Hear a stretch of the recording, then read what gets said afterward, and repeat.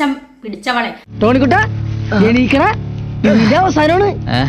നീ എത്ര പേരെ വിറ്റിട്ടുണ്ടെന്നുള്ള കഥകൾ വരെ എനിക്കറിയാം. നീ കൂടുതൽ എന്റെ അടുത്ത് ഉണ്ടാക്കാൻ പറ്റില്ല കേട്ടോടി ഷെഫിനോ മറ്റവളെ. നീ എന്റെ ഭർത്താവിന്റെ വീട്ടുകാരെ നീ പിടിച്ചു വെച്ചെന്ന് പറഞ്ഞാൽ എനിക്ക് എന്ത് കോപ്പാടി. അതെ, ആ കുട്ടിയോട് ഞാനൊന്നും സംസാരിക്കാൻ താല്പര്യമില്ല. പുള്ളി മരിച്ചു, മനസ്സിലായി. ആ ബന്ധവും ഞാനങ്ങ് നിർത്തി.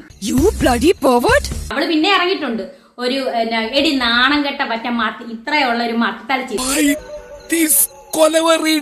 മറ്റവളെ.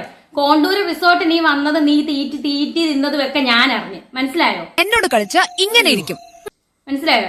നീ എന്നിട്ട് എന്നെ ഇവിടുന്ന് എന്റെ വീട്ടുകാരെ ഇവിടുന്ന് ഇറക്കി എന്നെ ഇവിടെ നിന്ന് ഇറക്കിയിട്ട് നീ ഇതിന്റെ തൊട്ടപ്പുറത്ത് സ്ഥലം മേടിച്ച് നീ അങ്ങോട്ട് താമസിക്കും. നീ വാടി ഇങ്ങോട്ട്. നിന്നെയും കൂടെ പറഞ്ഞത് ഷെഫീന കള്ളി ബീവി. ഇന്നത്തോടെ നിന്റെ കളി ഞാൻ അവസാനിപ്പിക്കും. നീ ഒരു ഇസ്ലാമിന് ചേർന്നവളല്ല.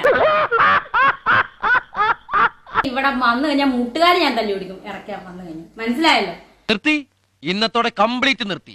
നാണം കെട്ട വർഗ്ഗങ്ങളായി പോയല്ലോടാ. അതായത് നിനക്കൊക്കെ ഞാനേ ഉള്ളോ കണ്ടന്റ്? നാണമില്ലാത്ത വർഗത്ത് കെട്ട കുറെ വ്ളോഗർമാരെ. ഞാനൊന്നും മിണ്ടുന്നില്ലേ? നീ ഇവിടെ ചുളുവിന് ഒരാളെ നീ കറക്കിയിട്ട് നീ ഇവിടെ സ്ഥലം മേടിക്കാൻ ഇരുന്ന വിവരമൊക്കെ ഞാൻ അറിഞ്ഞു കേട്ടോടി ഷെഫീന ബീവി നാണം കെട്ട മറ്റോളെ. കള്ളി മറ്റവളെ. കള്ളും കുടിച്ച് കപ്പയിൽ നിന്ന വിവരമൊക്കെ ഞാൻ ഇവിടെ അറിഞ്ഞു. നിനക്ക് വരുന്നു വലിയ നരകശിക്ഷ. നിനക്ക് മുടിയാനായിട്ട് നരകശിക്ഷ തന്നെ വരുമടി. സോറി ഷെഫീന ബീവി കള്ളി മറ്റേ പൂതന മോളെ. അവളെ വിളിക്കണോ? അപ്പൊ ഇത് എന്നെയും കൊണ്ടേ പോവൂ.